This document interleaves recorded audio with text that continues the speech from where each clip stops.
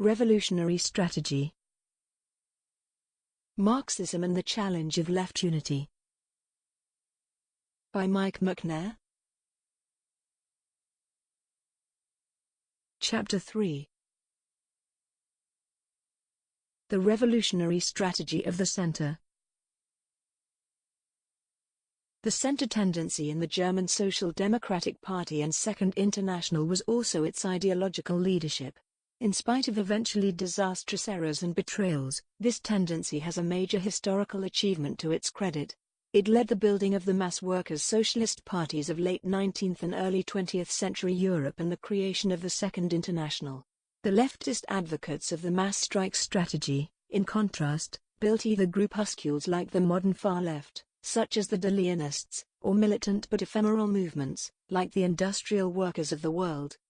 Down to 1914, Russian Bolshevism was a tendency within the center, not a tendency opposed to it, even if Kautsky preferred the Mensheviks. Without the center tendency's international unity policy there would have been no RSDLP. Without the lessons the Bolsheviks learned from the international center tendency, there could have been no mass opening of the Bolshevik membership in 1905, no recovery of the party's strength through trade union, electoral and other forms of low-level mass work in 1912-14, and no Bolshevik political struggle to win a majority between April and October 1917. The center tendency did not, of course, identify itself as such. It self-identified as the continuators and defenders of orthodox Marxism against anarchists, to its left, but not in the center's view, and revisionists to its right. In this sense it was primarily defined by negative judgments on the coalition strategy of the right and the mass strike strategy of the left.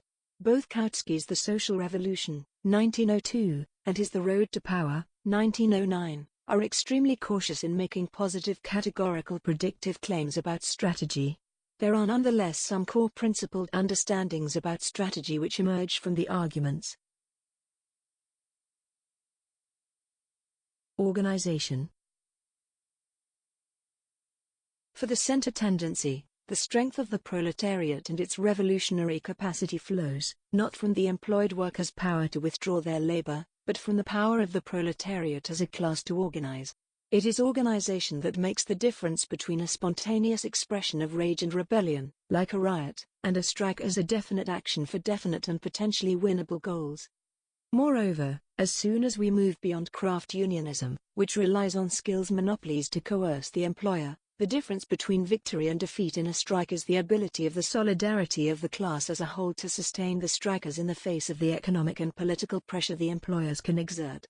Finally, it is the need and potential ability of the proletariat as a class to organize democratically when we enter into a mass strike wave or revolutionary crisis that represents the potential alternative authority to the authority of the capitalist class. Proletarian organization need not only be deployed in the form of strike action. Solidarity and the power to organize can also create cooperatives of various sorts, workers' educational institutions, workers' papers, and workers' political parties, and it can turn out the vote for workers' candidates in public elections. Strong votes for a workers' party will increase the self-confidence and sense of solidarity of the working class as a class and its ability to organize and act, not just electorally but in other arenas of struggle, such as strikes, for example. The core of the political strategy of the center tendency was to build up the workers' organized movement, and especially the workers' political party as its central institution.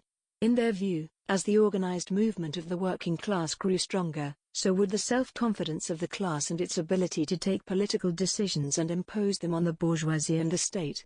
Both in the struggle for reforms and in mass strike waves or revolutionary crises, a powerful mass party of the working class which had at the core of its aims the perspective of the working class taking power and overcoming the regime of private property would be the essential instrument of the working class asserting an alternative form of authority.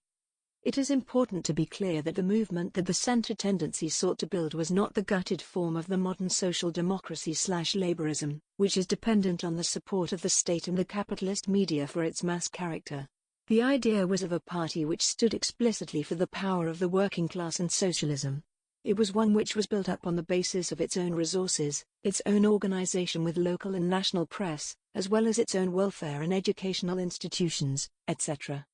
This view was a direct inheritance from Marx and Engels' arguments from the time of the First International onwards. The Hegelian Marxists, who claimed that it was an undialectical vulgarization of Marx and Engels, faced with the historical evidence, logically had to conclude that Engels had vulgarized Marx. But this has been shown by Draper and others to be false. The self-emancipation of the majority. The second central feature of the strategic understandings of the center tendency was that the socialist revolution is necessarily the act of the majority. This is fairly elementary and fundamental Marxism. It formed the basis of Marx and Engels' opposition to various forms of socialist putschism and support for enlightened despots. The object of the socialist revolution is precisely the self-emancipation of the working class majority, and through this the emancipation of all human beings without distinction of sex or race. The idea that this can be accomplished through the action of an enlightened minority is a self-contradiction. The center tendency drew two conclusions from this understanding, against the left, and against the right. The first was rejection of the mass strike strategy. On this issue, the center presented the anarcho-syndicalists and the left with a version of Morton's fork. The first limb of the fork was that a true general strike would depend on the Workers' Party having majority support if it was to win. But if the Workers' Party already had majority support, where was the need for the general strike? The Workers' Party would start with its electoral majority as a mandate for socialism, rather than with the strike. It was for this reason that the center, in Bebel's resolution at the 1905 Jena Congress of the SPD, was willing to demand the use of the mass strike weapon in defense of, or in the struggle for, universal suffrage. The second limb of the fork was that the strategy of the working class coming to power through a strike wave presupposed that the Workers' Party had not won a majority. In these circumstances, for the Workers' Party to reach for power would be a matter of conning the working class into taking power.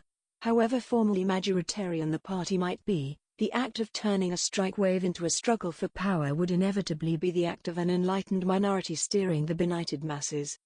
The argument against the right was also an argument against minority action, but minority action of a different kind. The right argued that the Workers' Party, while still a minority, should be willing to enter coalition governments with middle-class parties in order to win reforms.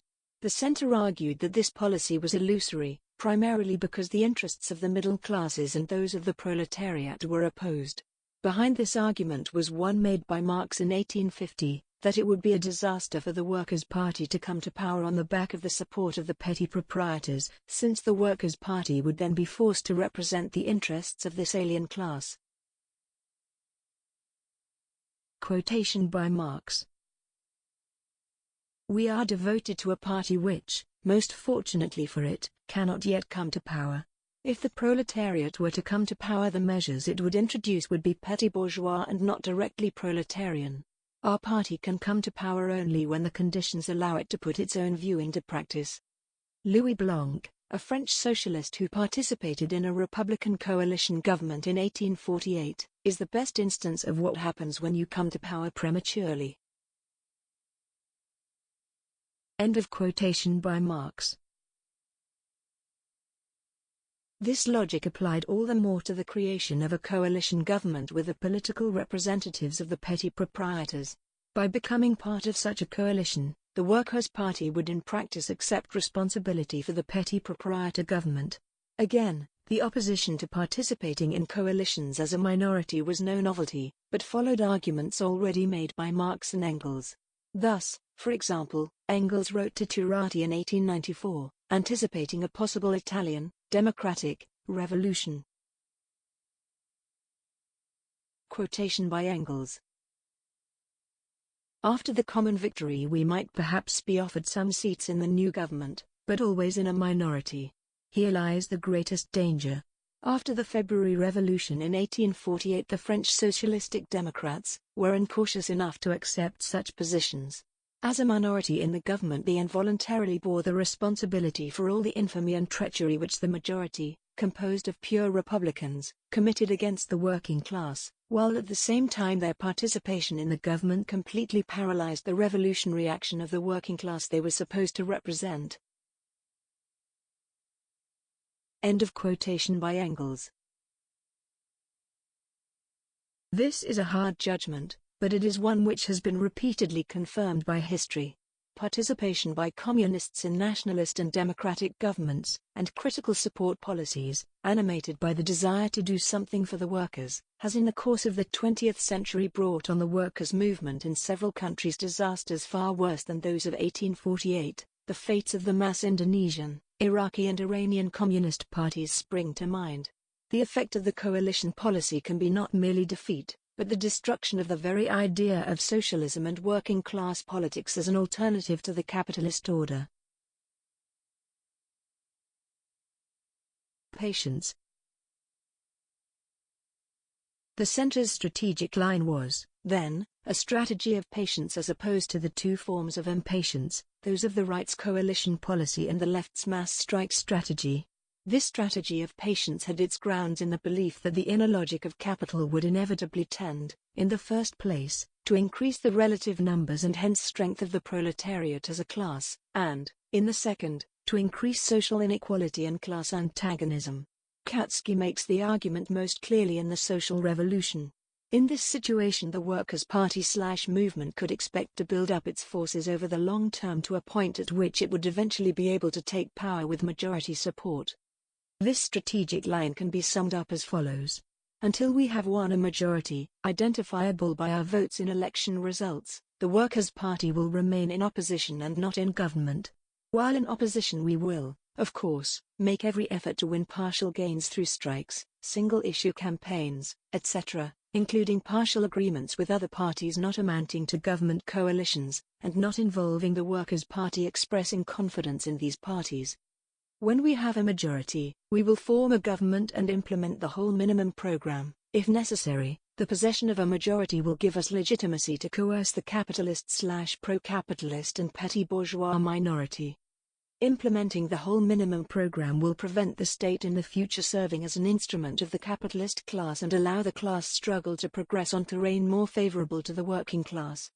I have left on one side the question of imperialism, which I discussed at considerable length in a series in the Weekly Worker in July to August 2004.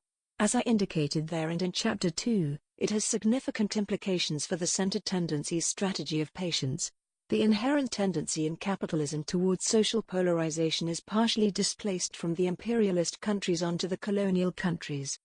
In particular, the material division of labor on a world scale results in a proportional increase in the professional, managerial and state official middle classes in the imperialist countries, a phenomenon observed by Hobson of southeastern England and then in Lenin's imperialism, and one which has been considerably more marked in the period since 1945.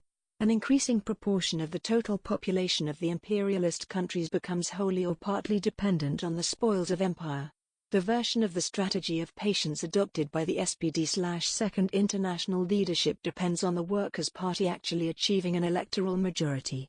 But the economic and social effects of imperialism in the imperialist countries mean that this is unlikely in any single imperialist country and outside of conditions of acute political crisis. The state. What distinguished the center tendency from post-1917 communists most fundamentally was the belief that the working class could take over and use the existing capitalist state bureaucratic apparatus, a view developed most clearly in Kautsky's The Road to Power. This, too, had its roots in claims made by Marx and, particularly, Engels. In the Civil War in France, Marx had asserted precisely that the working class cannot simply lay hold of the ready-made state machinery, and wield it for its own purposes, and had proposed the Commune as a model of the future workers' regime. In the first draft of the Civil War in France, indeed, Marx had characterized the Commune by saying that. Quotation from the Civil War in France. This was, therefore, a revolution not against this or that, legitimate, constitutional, republican or imperialist form of state power. It was a revolution against the state itself, of this supernaturalist abortion of society, a resumption by the people for the people of its own social life. End of quotation by the Civil War in France. In an April 1871 letter to Kugelmann, Marx wrote. Quotation by Marx. If you look at the last chapter of my 18th Brumaire, you will find that I say that the next attempt of the French Revolution will be no longer, as before, to transfer the bureaucratic military machine from one hand to another, but to smash it, and this is essential for every real people's revolution on the continent. End of quotation by Marx. But that was in the first flush of the revolutionary movement. Later, in the aftermath of the Commune, the Bakuninists argued that the mass strike revolution was to abolish the state. In response to the uselessness of the Bakuninists' line, Marx and, in particular, Engels bent the stick against it in a number of texts. In On Authority, 1872, Engels uses a series of arguments for the need for authority, i.e., collective decision-making mechanisms, in modern cooperative production. But he explains them in a very unqualified way, which makes no distinction between the temporary subordination of one individual to another which is unavoidable in collective decision-making, and the permanent division of labor between managers and grunts which characterizes both capitalist, and other class, and bureaucratic, regimes. Engels' arguments in this respect were to be used both by Kautsky against the left, and by Lenin in the 1918-21 process of construction of the bureaucratic regime in Russia. Engels' 1891 afterword to the Civil War in France is a little more ambiguous on smashing up the state than Marx's letter to Kugelmann. Quotation by Engels. In reality, however, the state is nothing but a machine for the oppression of one class by another, and indeed in the democratic republic no less than in the monarchy, and at best an evil inherited by the proletariat after its victorious struggle for class supremacy, whose worst sides the proletariat, just like the Commune, cannot avoid having to lop off at the earliest possible moment, until such time as a new generation, reared in new and free social conditions, will be able to throw the entire lumber of the state on the scrap heap. End of quotation by Engels. In Engels' 1895 Introduction to Marx's Class Struggles in France, 1848-1850 we find Engels asserting that. Quotation by Engels. With the SPD's successful utilization of universal suffrage, however, an entirely new method of proletarian struggle came into operation, and this method quickly took on a more tangible form. It was found that the state institutions, in which the rule of the bourgeoisie is organized, offer the working class still further levers to fight these very state institutions. The workers took part in elections to particular diets, to municipal councils and to trades courts. They contested with the bourgeoisie every post in the occupation of which a sufficient part of the proletariat had a say. And so it happened that the bourgeoisie and the government came to be much more afraid of the legal than of the illegal action of the Workers' Party, of the results of elections than of those of rebellion. End of quotation by Engels. It is clear from Engels' correspondence in 1895 that he did not by any means intend to rule out illegal or forcible action, and was exasperated at the SPD leadership's use of the introduction to suggest that he did. But this does not alter the significance of the positive arguments, only part of which have been quoted here. Theory. Behind these ambiguities is a problem of theory. Marx and Engels had started out with an appropriation and inversion of Hegel's theory of the state. Hegel saw the state as growing out of the internal contradictions of civil society, Bürgerliche Gesellschaft. Marx and Engels identified Bürgerliche Gesellschaft with capitalism. But they became conscious that the state as a social form in general is historically prior to the emergence of capitalism. In the Civil War in France, Marx projects the rise of capitalism back onto the emergence of the absolutist state in the phase of the decline of feudalism. Behind the argument of the Civil War in France is, in fact, an earlier understanding that absolute monarchy must be broken by revolution. In England's 17th-century revolution, 1850, Marx and Engels wrote that. Quotation from England's 17th-century revolution.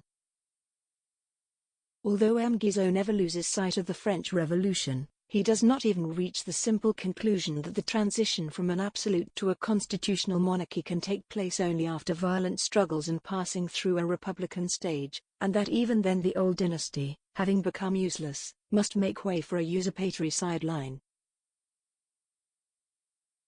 End of quotation by Marx and Engels. Marx's 1871 letter to Kugelmann similarly refers to the need to smash the state on the continent, i.e., as opposed to Britain and the US. Engels' 1891 critique of the Erfurt program makes a similar distinction. Quotation by Engels. One can conceive that the old society may develop peacefully into the new one in countries where the representatives of the people concentrate all power in their hands, where, if one has the support of the majority of the people, one can do as one sees fit in a constitutional way, in democratic republics such as France and the USA, in monarchies such as Britain, where the imminent abdication of the dynasty in return for financial compensation is discussed in the press daily and where this dynasty is powerless against the people.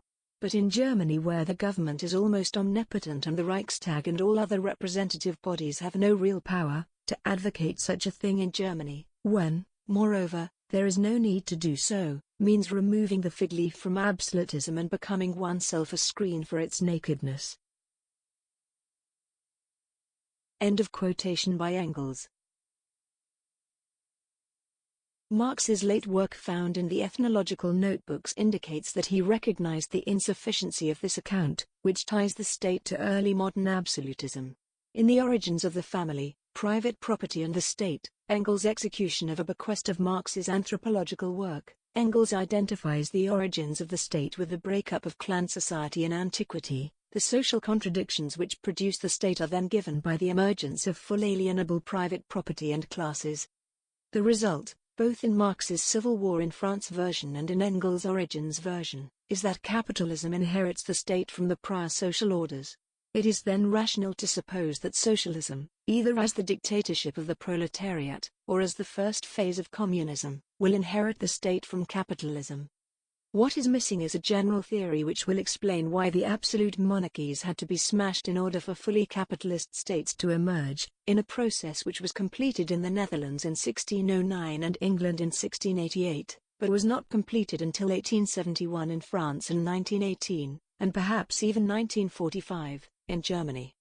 But such a theory should also explain why the late antique state had to be smashed in order for feudal state regimes to emerge, in a process completed in the former Western Roman Empire over the 7th–11th centuries, but which in Byzantium failed, ending in the conquest of the still stubbornly late antique state by the Ottoman regime in 1453.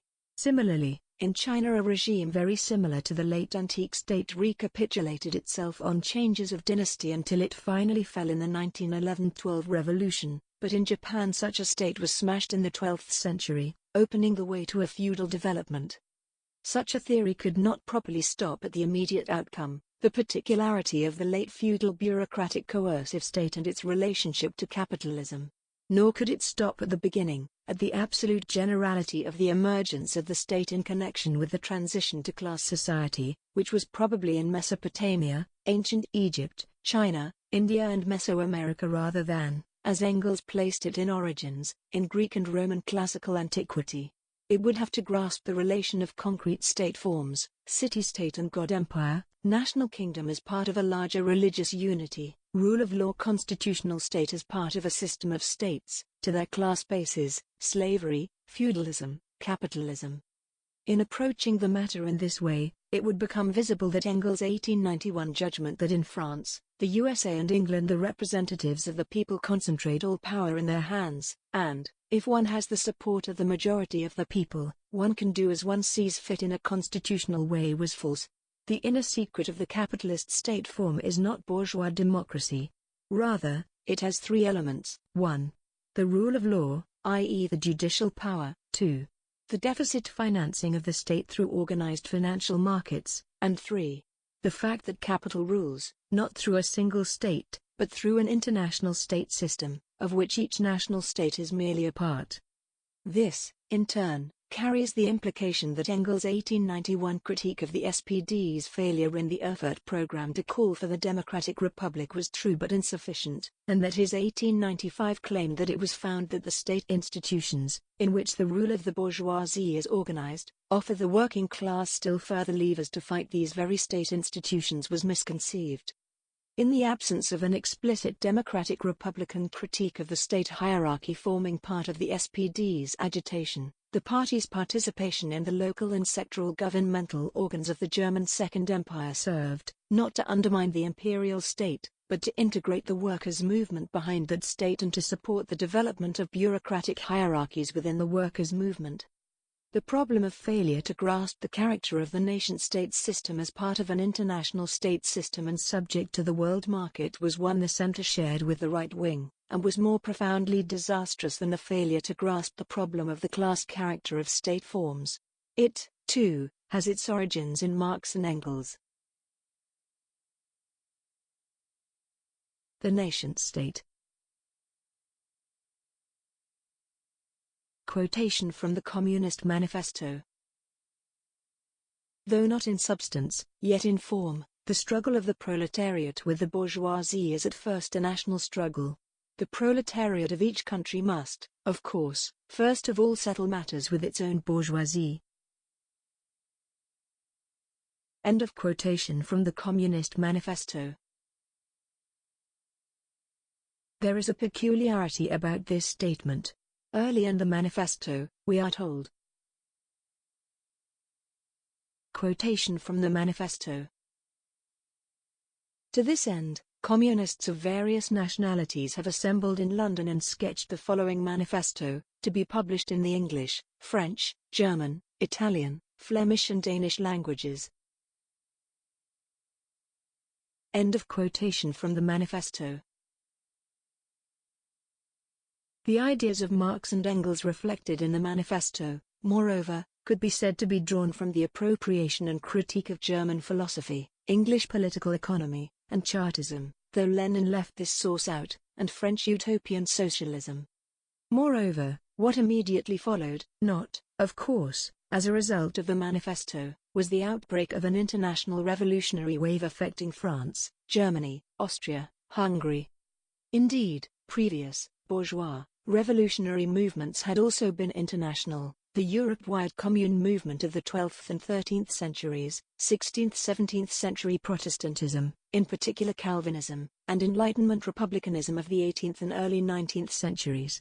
Future, more proletarian, revolutionary waves were also to be international in character, as in the rise of class struggles which led up to the 1914-18 war, those of the end and immediate aftermath of that war, the aftermath of 1945, and the late 1960s early 1970s.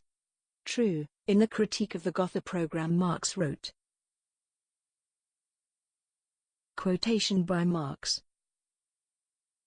It is altogether self-evident that, to be able to fight at all, the working class must organize itself at home as a class and that its own country is the immediate arena of its struggle, insofar as its class struggle is national, not in substance, but, as the Communist Manifesto says, in form. End of quotation by Marx. But he went on, however, to criticize the program for saying. Quotation by Marx. Not a word, therefore, about the international functions of the German working class. And it is thus that it is to challenge its own bourgeoisie, which is already linked up in brotherhood against it with the bourgeois of all other countries, and Herr Bismarck's international policy of conspiracy. End of quotation by Marx. Engels' contemporaneous critique in a letter to Bebel has a similar insistence both on the Workers' Party initially organizing nationally, and on its underlying international content. Quotation by Engels. There was, of course, no need whatever to mention the International as such, but at the very least there should have been no going back on the program of 1869, and some sort of statement to the effect that, though first of all the German Workers' Party is acting within the limits set by its political frontiers, It has no right to speak in the name of the European proletariat, especially when what it says is wrong. It is nevertheless conscious of its solidarity with the workers of all other countries and will, as before, always be ready to meet the obligations that solidarity entails. Such obligations, even if one does not definitely proclaim or regard oneself as part of the international, consist for example in aid, abstention from blacklegging during strikes, making sure that the party organs keep German workers informed of the movement abroad, agitation against impending or incipient dynastic wars and, during such wars, an attitude such as was exemplarily maintained in 1870 and 1871, etc. End of quotation by Engels. The growth of the SPD, however, gave rise to a shift in Engels' attitude. An increased emphasis was placed on the defense of Germany as the country in which the workers' movement was strongest. In 1891 the initial emergence of an alliance of France with Russia threatened a war in which Germany might be attacked on two fronts, as, in the event, happened in 1914. Engels wrote to Bebel that Quotations by Engels. We must declare that since 1871 we have always been ready for a peaceful understanding with France, that as soon as our party comes to power it will be unable to exercise that power unless Alsace-Lorraine freely determines its own future, but that if war is forced upon us, and moreover a war in alliance with Russia, we must regard this as an attack on our existence and defend ourselves by every method. Next quotation. If we, Germany, are beaten, every barrier to chauvinism and a war of revenge in Europe will be thrown down for years hence. If we are victorious our party will come into power. The victory of Germany is therefore the victory of the revolution, and if it comes to war we must not only desire victory but further it by every means. End of quotations by Engels. The same position was publicly adopted by Bebel on behalf of the SPD, and Engels published it, as his own opinion, in France. With this we have arrived at the position which the SPD took up in August 1914. It is, in fact, dictated by the inner logic of the combination of the claims that the proletariat of each country must, of course, first of all settle matters with its own bourgeoisie and that the nation-state is an evil inherited by the proletariat after its victorious struggle for class supremacy.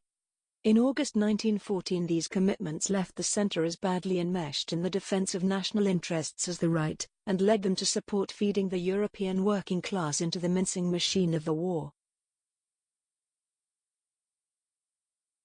Dialectic. It is a commonplace of the far left, following hints from Lenin elaborated by Lukács and others, to accuse Kautsky in particular and the center in general of an insufficient grasp of dialectic. I have argued against this approach before. In particular, it is clear that Kautsky and his immediate co-thinkers did not imagine an uninterrupted social peace which would allow the SPD to progress without crises and setbacks, and that they did grasp that history moves both in a slow molecular fashion and in an accelerated and chaotic fashion in periods of crisis. The trouble was that their errors on the state and the nation-state rendered this understanding useless when it came to the test of war. They were to have the same result in the revolution of 1918-19 and when, in 1931-33, the SPD was confronted with the rise of Nazism. The center's strategy of patience was more successful than the other strategies in actually building a mass party. Its insistence on the revolution as the act of the majority, and refusal of coalitionism, was equally relevant to conditions of revolutionary crisis. The Bolsheviks proved this positively in April to October 1917, and it has been proved negatively over and over again between the 1890s and the 2000s. However, because it addressed neither the state form, nor the international character of the capitalist state system and the tasks of the workers' movement, the center's strategy collapsed into the policy of the right when matters came to the crunch.